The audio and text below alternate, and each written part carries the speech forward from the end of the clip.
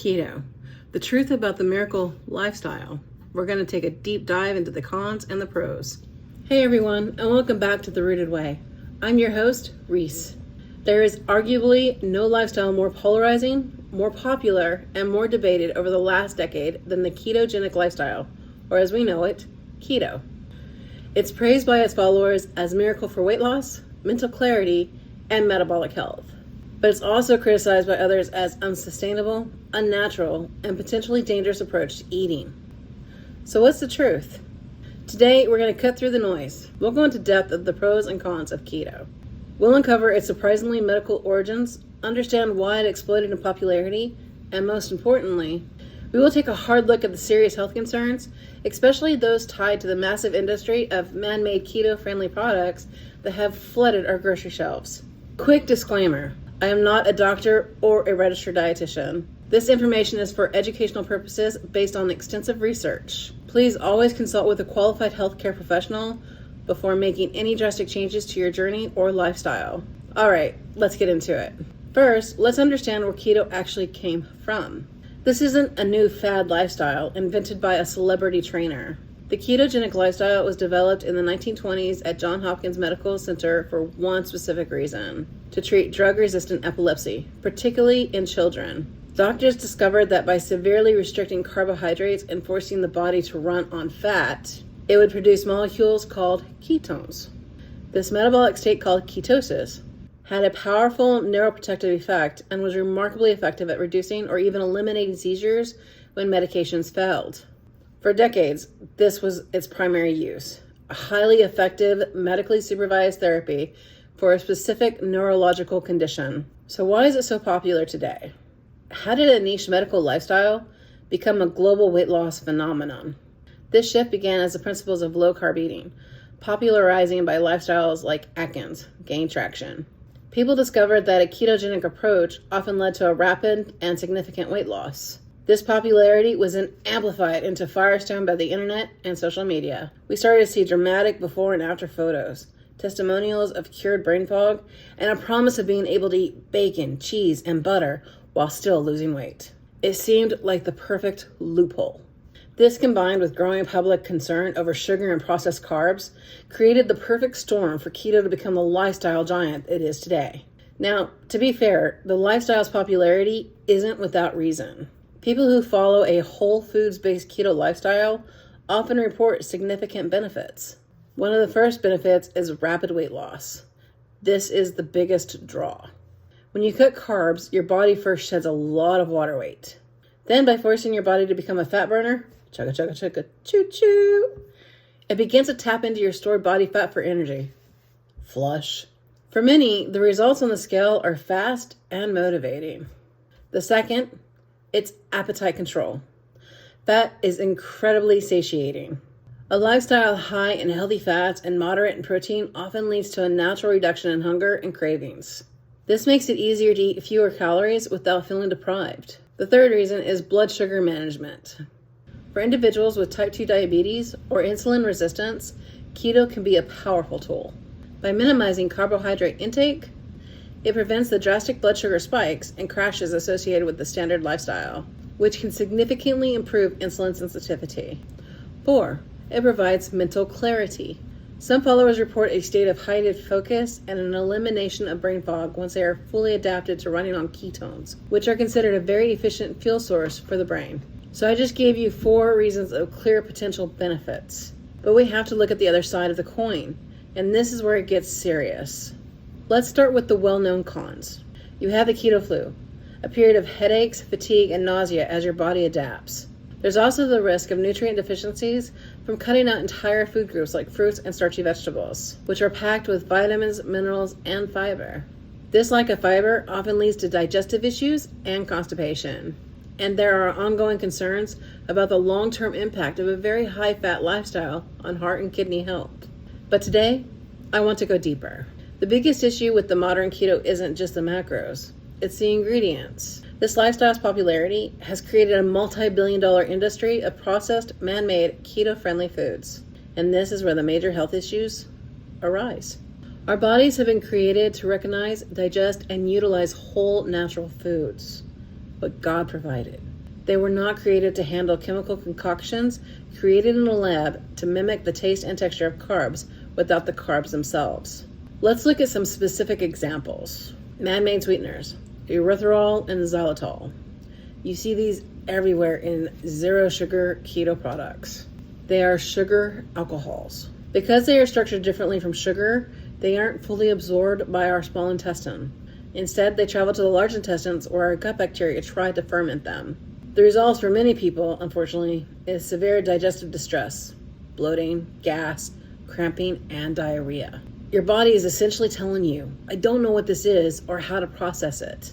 But it gets worse. A major 2023 study from the Cleveland Clinic linked to the popular sweetener erythritol showed a significant increased risk of heart attack, stroke, and blood clot formation. Researchers found that erythritol seemed to make platelets, the blood cells responsible for clotting, easier to activate. This is a terrifying finding for a substance that is generally recognized as safe and found in countless products. The other substance that keto allows you to use is MCT oil. What is MCT oil? MCT oil is a processed superfuel MCT or medium chain triglyceride oil. It is held in the keto world as a magic bullet. It's a processed man-made oil, typically extracted from coconut or palm kernel oil, that is absorbed differently than other fats. It goes straight into the liver to rapidly convert into ketones. Sounds great, right? But again, this is not natural. That's not how our body was created. You are consuming a highly concentrated, refined product that bypasses normal digestive processes. This is why so many users experience immediate to severe digestive upset. More importantly, we have very little data on the long-term health consequences of consuming this highly processed, concentrated fat on a regular basis. It's not a whole food.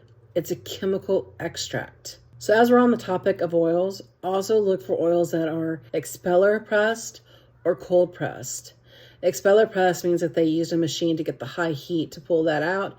Cold pressed means that they used it themselves. If you do not see expeller pressed or cold pressed, it means it was used with a chemical called hexane, which is a petroleum, and that's what they use to get the oils out from our foods for the cooking oils. That's what they've been allowing us to put in our body. Hexane, a petroleum. I don't trust the FDA. All of this leads up to the most profound concern. How might these man-made compounds affect us on a fundamental cellular level, even down to our DNA? Now, to be clear, eating a keto cookie won't instantly mutate your genetic code. This process is far more subtle and insidious. It's about a concept called epigenetics and cellular stress. Think of it this way. Your DNA is a blueprint, but its epigenetics is like the construction foreman who reads the blueprint and decides which parts to build and which ones to ignore. The decisions are heavily influenced by the environment, and that includes the chemicals environment inside your body. When you constantly consume substances like artificial sweeteners, processed oils, and other chemicals that our bodies do not recognize, you create a state of low-grade chronic inflammation and cellular stress. Your cells have to work overtime and try to metabolize or detoxify these foreign compounds. This chronic stress can, over time, influence that construction foreman. It can potentially lead to a negative epigenetic changes, telling your body to turn on genes that promote inflammation or turn off genes that protect against diseases. This constant internal battle can disrupt normal cellular function, accelerate aging, and create an environment where damage can accumulate. Over the long term, this cellular dysfunction is the root of many chronic diseases. The problem isn't just the absence of carbs. It's the presence of artificial, man-made chemicals that our DNA and cellular machinery have no creational blueprint for. So where does this leave us with keto? The original therapeutic ketogenic lifestyle was based on whole, real foods. Fatty fish, avocados, olives, leafy greens, nuts, and seeds. But the modern commercialized version of keto often looks very different. It's full of keto bars, sweetened drinks, processed oils, and powdered supplements. It's absolutely crucial to distinguish between these two approaches. The potential health dangers of keto often lie not in the principles of ketosis itself, but in the highly processed artificial way that so many people practice today. If you are considering keto for your lifestyle, my biggest advice is to ignore the packaged products. Focus entirely on whole, unprocessed, natural foods. Prioritize the quality of your food, not just the macros. And most importantly, listen to your body and work with the professional. A lifestyle is only as good as its long-term impact on your health. Don't sacrifice your cellular well-being for a number on a scale. I know this was a lot, but it's a conversation that I felt we needed to have. Please let me know your experiences with keto, good or bad. Let me know in the comments below. I'd love to hear your experiences. I've already mentioned that I use every diet there is on how to bring this back to God, which I'm calling the rooted way. So how do I use keto? Again, I'm only using whole processed foods. I will not use anything that is not non-GMO. If I use stevia, it is organic stevia. There is no erythritol or xylitol inside of them. I refuse to do that. Stevia is a plant that God gave us that we can actually use. I've grown stevia and it tastes just like stevia. It's a very strong plant, but it does have an aftertaste. Monk fruit is also a sweetener that we can use that was given to us by God. I have monk fruit drops, but I buy only the fruit. I don't want the xylitol or the erythritol inside of it. The other issue I have with keto is they don't allow you to have honey. I understand why they don't want you to do that, but I'm against it for many reasons. But the biggest one is because I would rather use honey to help me with my allergies, which is a natural form, than to go into Big Pharma and use allergy pills to relieve me of those symptoms. Your body can actually help you with those allergies if you get honey that is localized and unprocessed. So unfiltered, localized honey, which you can get at any farmer's market. You can put it in your coffee. You only need a spoon a day, and that actually helps you with your allergies. And you get away from Big Pharma. That's another reason why I don't fully believe in keto itself. Now, the way I'm using keto in this lifestyle is because as you're going to see my weight and what I've eaten for the last couple of days, you're going to see that my weight increased. And the reason for that is because I am premenopausal, so I still have my cycles that come, but they are skewed. They're very off. They're not normal. And during that time, I could crave sweets, I could crave salt, I can crave chocolate. I have many cravings that I just cannot control at the moment. And because I refuse to get mad at myself, understanding that my body is going through a process, I just allow those cravings to come into play. So I made homemade snickerdoodles. I know what's in there. I'm okay with it. So my sweet tooth went up. But how do I actually handle the fact that it made my weight go up as well? Well, that's simple. I'm going to do keto for this week. That's it. I'm not worried about my ketones.